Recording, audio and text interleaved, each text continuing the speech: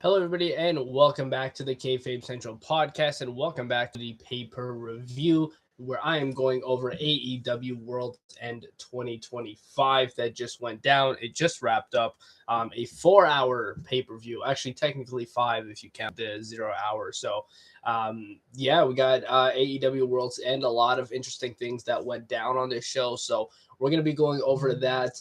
So, if you're joining in on the live chat, then make sure to leave your thoughts down in the live chat. I'll go over them. I'll read the chat as I go through this post show. And if you're watching this after the fact, make sure you also let me know your thoughts down in the comments as well, and let me know your thoughts on everything I go over here on AEW World's End, and your thoughts on all the results of the matches, whether you agree or disagree with certain things that I have to say. I always love hearing your opinions, so make sure you guys drop your thoughts down in the comments. Of course, if you are not subscribed already, hit the subscribe button, hit the notification bell so you're up to date with all the videos, podcasts, and interviews that come to the channel, all that good stuff. Check out the Kayfabe Central website. That's where I post all my coverage posts, written predictions, articles, all that good stuff is up there on the Kayfabe Central website. So go check that stuff out. I'm realizing my mic is not as I don't know what's going on with my camera here. It's at a very weird angle that it's not normally at. But there we go. So yeah, we're gonna be going over AEW Worlds and a fairly long pay-per-view. Not the longest pay-per-view that AEW has done. They've definitely had longer pay-per-views. But as a whole, this show felt I'm trying to find the word for it. It felt very okay-ish, in terms of AEW standards, and I'm going there again because AEW typically does set a high standard for their pay-per-views, because they usually just have high stakes action all the time on every pay-per-view. So when it's not as hype and live like most AEW pay-per-views are, it feels a little bit lackluster compared to the other pay-per-views that they do. And I think that's what AEW World's End suffered from. I think that's what AEW Dynasty earlier this year suffered from a little bit. I don't think this was as bad as AEW Dynasty, because obviously I ranked that as my worst AEW pay-per-view of the year on the End of the Year awards. But this was still solid. There were still a lot of solid things that went down and that happened. So we're going to be breaking all that stuff down. Let's start off with the 0 hour. Now, unlike the WWE post show, so we actually do have things to talk about that went down on the 0 hour. So we had the Sisters of Sin, Julia Hart and Sky Blue, defeating Hyen and Maya World.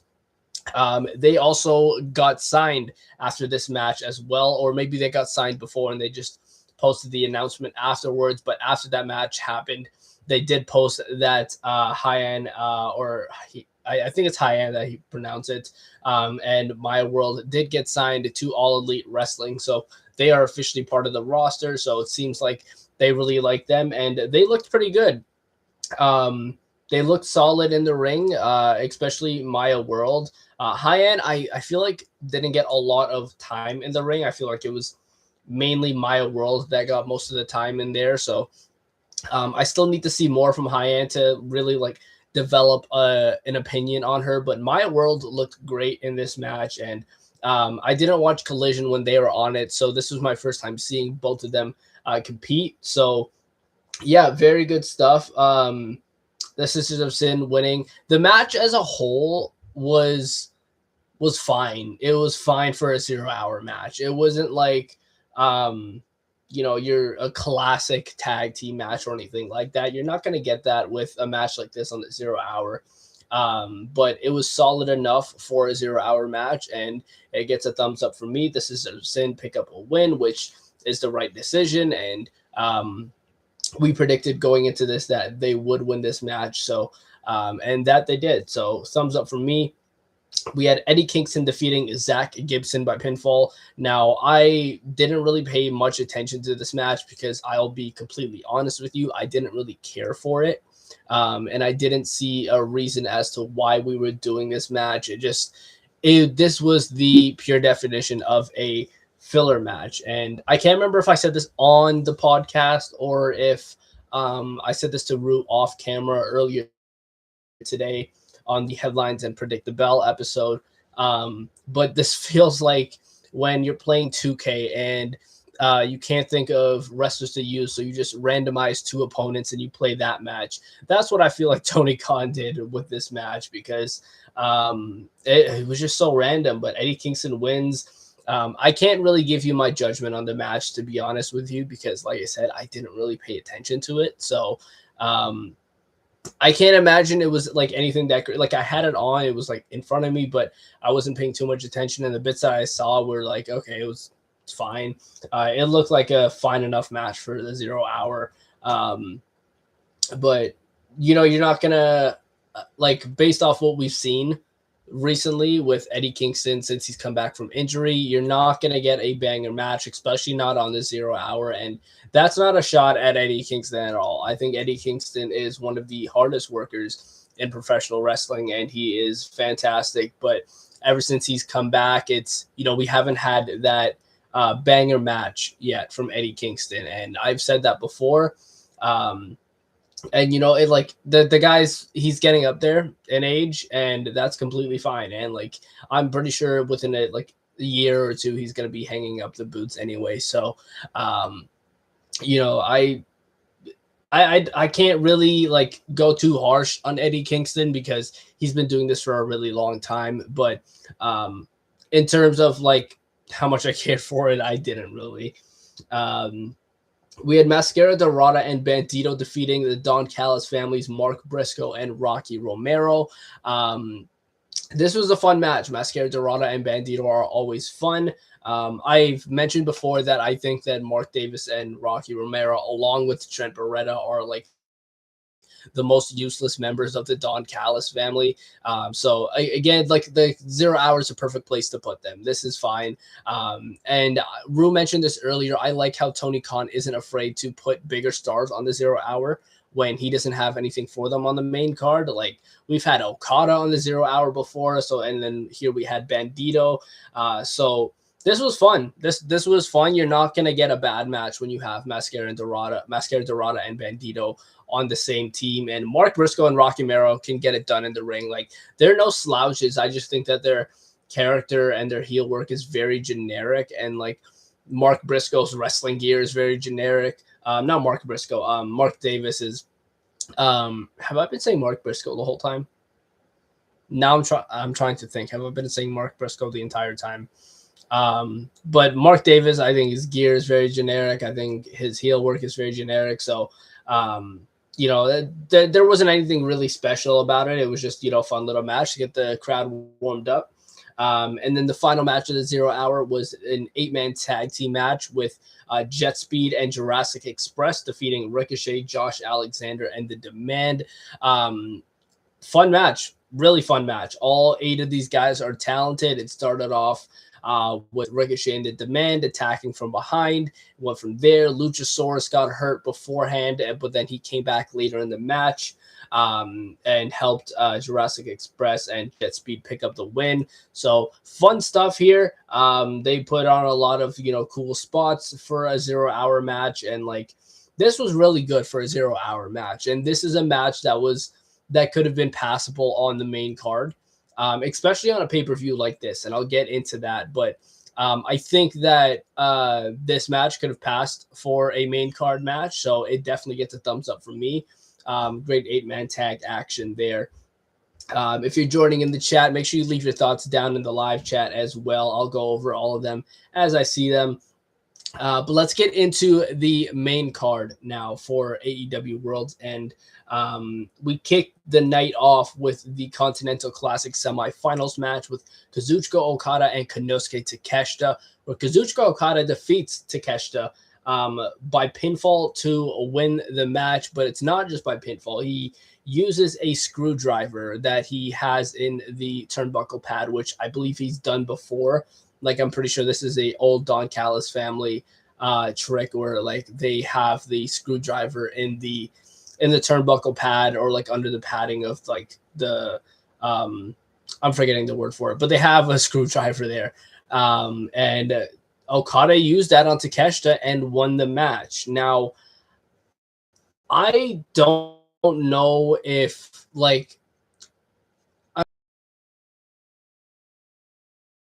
fine, but I feel like I expected more. I wanted more from this match, and I think we could have gotten more. So I don't know if, and Rue brought this up on his live, I don't know if this was a case of they knew that the finish was going to be a little bit weird, so they didn't go like all out for this match. And they will when they run it back at some point. So I don't know if maybe that was the case, and they want to save the big spots that they do for, excuse me, for the the match that they have on the road. Excuse me, sorry about that. So yeah, I expected more from this match. I was slightly disappointed. I'm not gonna lie to you. I was slightly disappointed in this match. And like by no means was it a terrible match. That's not what I'm saying. By no means it was a terrible match. Like Takeshita and Okada in a match, like not trying at all, will still be a better match than some wrestlers around the world can put on. So it was still a fine match. But for Takeshita and Okada, the standard is very high. And I expected a lot more. I feel like other people would be in the same boat with me as that, expecting more from this match. And the finish just wasn't all that great. So I couldn't really get behind that. But then we went to the second match of the night, which was the other semifinals match in the Continental Classic. That was Jon Moxley and Kyle Fletcher, which really made up for that other semifinals match because, man, this was such a good match. Jon Moxley just shows how good of a technical wrestler he's become. He is so good, and like Kyle Fletcher is obviously really good as well. And these two just put on a show. And they showed out. They went all out, if you will. So they did a really good job here. And that's really all I have to say. Jon Moxley picks up the win over Kyle Fletcher and advances to the finals to face Kazuchika Okada in the finals of the Continental Classic later in the night. So yeah, really fun match. And I will I'll say if the main event wasn't as good as it was, I think this was would have been my match of the night because it was so good. But this is easily my runner-up for match of the night. So Jon Moxley advances, defeating Kyle Fletcher. We then went to the Chicago Street Fight for the AEW Tag Team Championships between FTR and the Bang Bang Gang, Austin Gunn and Juice Robinson, where FTR picks up the win and retains the tag titles with that pile driver that they do. They absolutely destroyed Austin Gunn towards the end of that match to retain those titles. Again, like the match itself was solid. I think this was a solid street fight.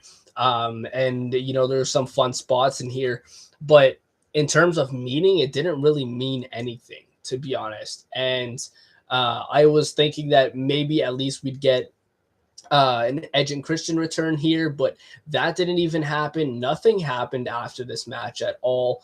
There was no Bullet Club return, which even that I kind of said if Bullet Club Gold is not going to win the tag titles, there's no point in the rest of them returning here because it just makes them look stupid. So that I wasn't even really expecting that, to be honest.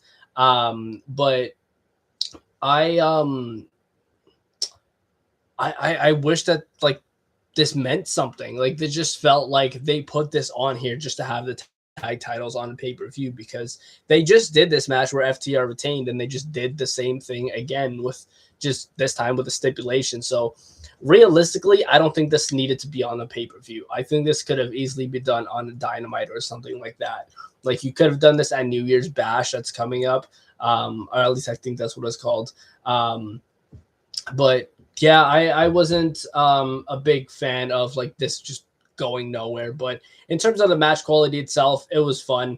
There was a lot of fun spots in here. So the match quality itself gets a thumbs up, but I just think that this was a filler. Um, we then went to the AEW Women's World Tag Team Championships. The Babes of Wrath, Harley Cameron and Willow Nightingale, defended their titles against Athena and Mercedes Moné, where the Babes of Wrath retain the titles. Now, I had hopes for this match as well. And I had hopes that this was going to be a really solid match. And like it was solid, but there were a lot of times in this match where we had some like botches and miscommunications, and like it started off slow, and it started off a little bit sloppy.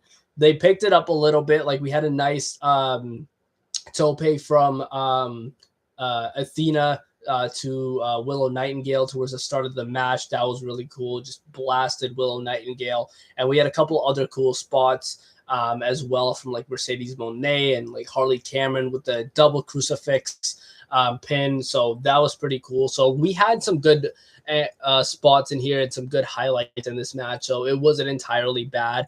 And, you know, I'll still give this a thumbs up because they did pick it up towards the end. But like for the majority of this match, it was kind of a little bit sloppy. So I'm like in the middle with this. Like it may have to be a match that I go back and watch to really decipher my opinion. But as of right now, I'm just like kind of on it. Like it was whatever. It was a match that happened, and that's that really. We then went to Darby Allin versus Gabe Kidd, where Darby Allin defeats Gabe Kidd to so I was going into this and I was saying that this should be a no disqualification match. I didn't say this on the podcast, but I was thinking this before this match started. I'm like, they should give these guys a stipulation. And then they played the like the promo video package for them. And I was like, this should be a no disqualification match. And as the match went on, I just kept reiterating that. I'm like, why was this not a no disqualification match? Because there was blood. There was more blood in this match than there was on the street fight match, which is insane to me. I think you could have given these guys a stipulation. I hope that doesn't mean that we're continuing this, because I don't have any interest in this match, in this feud continuing, and I don't have any interest in seeing Darby Allin and Gabe Kidd on another pay-per-view. You can do it on a Dynamite or something and add a stipulation there or something like that, or if you want to do it on Collision, because I know they've been doing a lot of stuff over there on Collision. But yeah, I kind of just want this feud to end. I like Darby Allin, and Gabe Kidd is growing on me a little bit, but I feel like we need to enter something fresh now, and we need to go a different route now, because Darby Allin picks up the win. Now, what do we do from here? Like, does Gabe Kidd just keep going after him? It's not really interesting. If Gabe Kidd had won this match and the feud continued, then like that's understandable, because like in almost every scenario, the babyface has to come out on top in the feud. So, but Darby Allin comes out on top here. So I have no clue what they plan to do, if they plan to continue this, or if they have different plans for both men. But we have to see what the future holds for both of these guys. I do think, like I mentioned earlier, that Gabe Kidd is going to be All Elite at some point once he's done with New Japan. So yeah, I think that he's going to be heading over there, and they'll have some big plans for him. We then went to the Mixed Nuts Mayhem match, which is a very weird name for a match, by the way. And I think I made fun of it a little bit on the Predictable podcast earlier. But that was the Conglomeration and Timeless Tony Storm defeating the Death Riders by pinfall. This was a lot of fun. This was much more fun than I anticipated it to be. During the celebration, we had Roderick Strong not holding hands with the Conglomeration, just raising his own hands. So they're still playing into the fact that Roderick Strong is not part of the Conglomeration and he doesn't want to be a part of it. And we had a face-off between Roderick Strong and Marina Shafir husband and wife action going on there, where Marina Shafir kicked Roderick Strong in the face, and I found that a little bit funny. I went in Roost Live, and I was like, "Oh wow, Marina just kicked her husband in the face." That must have felt good for her. Yeah, this was a lot of fun. I actually enjoyed this match, and while it meant nothing, like I knew like as soon as this match was announced, that like this is gonna mean nothing, but it could be a lot of fun. This match was never meant to mean anything, and that's fine, I guess. Sometimes on a pay-per-view like this, you throw matches like this on here, so it was fun. Everybody did their job, and it was cool. I went into this match saying that I want Claudio Castagnoli to swing at Tony Storm for whatever reason, and I got that. And so you know what? I'm happy. I'm very happy that that happened. So yeah, thumbs up for me for the Mixed Nuts Mayhem match. There was no nuts involved though. There was no nuts involved, so I don't know what the Mixed Nuts thing is, unless that's just like their way of just saying crazy or something like that. I have no clue. But we then went backstage where Mercedes Moné was getting interviewed, or at least was trying to get interviewed, but she was throwing a tantrum backstage, throwing things around in the locker room. And then Willow Nightingale, who pinned her, gets a message from Mercedes Moné in that interview. And she says at New Year's Smash, she is going to beat her fucking ass. So drop an F-bomb. We had a few F-bombs on this pay-per-view. We had quite a few on here. So, and you know what? They're on pay-per-view, so they can do whatever the hell they want. They're not on like national television or anything like that. So, that's perfectly fine. This was a solid promo from Mercedes Moné. And if you've watched the podcast long enough, you know that I'm not a big fan of the CEO gimmick. I don't like the theme song or anything like that. But this promo from Mercedes is one of the best promos I've heard her cut in a long time. So this was good. She was fired up. And maybe, just maybe, the downfall of Mercedes Moné is going to end up being the best Mercedes Moné. And maybe, just maybe, it'll turn me into a full-on Mercedes Moné fan, because I already know that she can get it done in the ring. And, she's fantastic in there. It's just a gimmick that I can't get behind. So, hopefully we can get something, some switcheroo with that or whatever. But the downfall of Mercedes Moné is happening. We then went to the AEW Women's World Championship match. Chris Statlander defeated Jamie Hayter by pinfall to retain the title. A very hard-hitting match, and a match that started off fairly slow. And I was like, okay, this match isn't really going anywhere. But then they really picked it up towards like the middle end of the match. And I was like, okay, now they're cooking. And, I was hoping it wasn't one of those cases where, they start picking it up and then the match ends there. Not the case. They went in and they put on a good showing for a match that started off slow. It's just one of those, you got to give it time. And, I gave it time and they cooked. They flourished. Jamie Hayter looked great. Chris Statlander looked great. We had some stiff, hard shots in this match, and I enjoyed it. I enjoyed this match. This gets a thumbs up from me. Chris Statlander retaining makes sense. I never thought Jamie Hayter was going to win the AEW Women's World Championship here. I think Statlander is going to hold that onto that for a little bit, and it's either going to be Megan Bayne or Tekla that ends up taking that title off of her. But still a good showing from Jamie Hayter here. We then went to the co-main event of the night, where we had the Continental Classic finals match with Jon Moxley and Kazuchika Okada. Jon Moxley defeats Kazuchika Okada by pinfall to win the Continental Championship. What a match this was. This was really fun. And Jon Moxley just proves why he is like the heart and soul of AEW. He's just so damn good. And there is a reason that I gave him my Wrestler of the Year for AEW, because he just proves that he's that good. So really good stuff here. I picked Okada to retain. I picked Moxley and Okada to be the finals, but I thought Okada was going to retain and hold on to the, the unified title a little bit longer, but obviously not. That's not the route that they wanted to go. So Kazuchika Okada is no longer the unified champion. He is now only the international champion because of that rule that they have in play. After the match, Jon Moxley cut a very babyface-like promo, and like throughout the entire night, from the semifinals match to the finals match and to the end of the finals match, the crowd was firmly behind Jon Moxley. And he was cutting a promo, and the Death Riders were standing in the ring, and I thought we were going to get the turn here.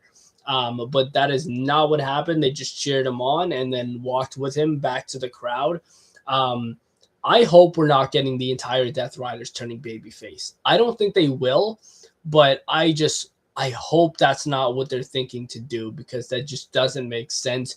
You got to kick Moxley out of the group and, keep going with the rest of the Death Riders. They're doing some good stuff as heels, and their work has been great recently. So do not turn this group babyface completely. Get Mox out of there and turn him babyface. Maybe you can do a feud with him and Claudio as well, since, Claudio beat Jon Moxley in the Continental Classic. So you can definitely use that and run that rivalry as well once they kick Jon Moxley out of the Death Riders, if they do, that is. But thumbs up for me on that match. We then went into the main event of the evening. That is the four-way match for the AEW World Championship between Samoa Joe, Swerve Strickland, MJF, and Hangman Adam Page. A fantastic match, and absolutely deserves to be the main event, because this was match of the night. So good, and MJF wins the AEW World Championship. So good. Everything about this match was so damn good. All four men performed very, very well, and everybody did their job. There was a lot of close calls, but I feel like I picked MJF going into this to win the AEW World Title, and I kind of had a feeling throughout. And then as soon as he made that entrance, I'm like, yeah, MJF is winning. There's no way he's losing now. It was after that entrance where I was like, okay, yeah. But they did have a lot of close calls in this match with Hangman and like Swerve. And it did look like Samoa Joe was going to win towards the end, but not the route that they went. They went with MJF being a two-time AEW World Champion. Now, I'm still going to hold on to what I said earlier, which is, I don't know how you book this now and how you make this a good title reign, because I think MJF is holding this title until All In next year, where he drops it to Will Ospreay at Wembley Stadium. But it's what you do in between that, and what do you do with Swerve and Hangman, who are, pivotal guys in your roster and in AEW in general. So you got to figure out what you're doing with them, and you got to make this title reign entertaining if you really do want MJF to hold it till All In, which I'm fairly confident that he's going to. He's going to hold that for quite some time. But this gets a thumbs up from me. And, the match was just so good. And, if this is a pay-per-view that you missed, the main event is like, if you don't watch anything else, watch the main event, because it was really good. And all four guys just prove why they are put in the position they are in for AEW, and continue to prove that. So this was really good. As a whole, the pay-per-view was fine. Like, it wasn't great. It wasn't a great pay-per-view, but it wasn't a terrible, shitty pay-per-view either. It was solid. I enjoyed it for the most part. Like, there were some things, like I mentioned with the other matches, that I just didn't really enjoy or care for. But, the main event was good and everything else was good. So, yeah, absolutely, man. Like, this was an okay pay-per-view. I'll give it that. An okay. I'm bad with grading. I don't do gradings or anything like that. But I'll tell you if it was really good, if it was good, if it was bad, if it was just okay. And this was just okay, because there were some things that were very predictable and some things I didn't care for, all that stuff. But that is AEW World's End 2025. As always, let me know your thoughts down in the comments. And let me know whether you agree or disagree with anything I say. I always love hearing you guys' opinions, no matter what it is. So make sure you drop your thoughts down in the comments. I am going to call it a night. I am exhausted from everything that we've had to do today. So I'm going to get some rest now. And I will be back on Monday for the Monday Night Raw post-show review, because we don't got any wrestling tomorrow. So I can take a rest day tomorrow, and I will be back Monday. I'll more than likely be doing the Monday Night Raw preview podcast as well, potentially going live on TikTok for that. So make sure you guys stay tuned for all that good stuff. So yeah, again, make sure you guys subscribe, like, comment, hit the notification bell, all that good stuff. Check out the links down below. Check out my TikTok, check out my Instagram, check out my Twitter, and all that stuff is linked down in the description. And thank you everybody for joining me on this live, whether you were watching live or you were watching after the fact. I appreciate all of you, and I will see you guys on the next one. Take it easy.